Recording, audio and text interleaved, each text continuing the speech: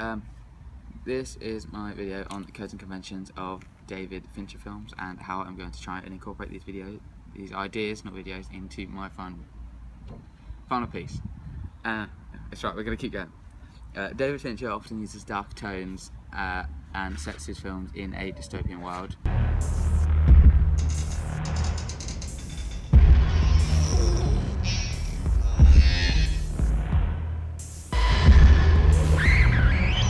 This creates mood and atmosphere and has negative connotations, like the characters in this film who often have bad things happening to them. I am aiming for this sort of thing in my short film because nobody really likes a happy film, that's boring. And it's easier for the twist if everything is sad. When you have the twist, if it's already sad, things can go from bad to worse, and that's often better.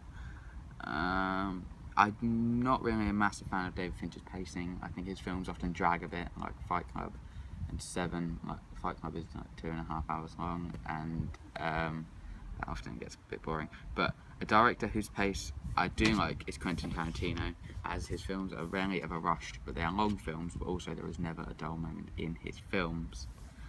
What have I written here? Almost all of his stuff is relevant to the time period or the narrative or character development.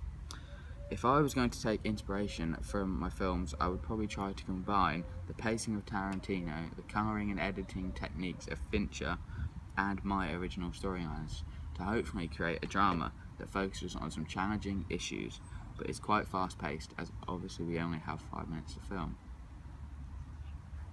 David Fincher said, "The best film should scar you. The reason why Jaws is my favourite film is because I never swam in the ocean again."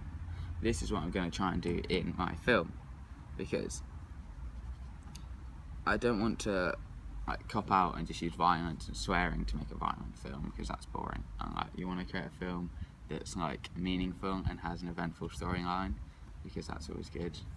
And I am going to produce something special by tackling an idea that is rarely ever shown on film: mental illness.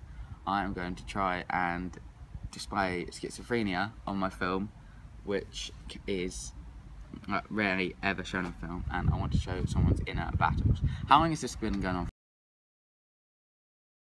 Okay, this could prove challenging, but I think if I spend enough time and effort on this, and I don't be immature about my themes, and I make sure I don't be disrespectful, and I gather all the research and evidence I need and put them all together carefully, I can create a good short film about mental illness.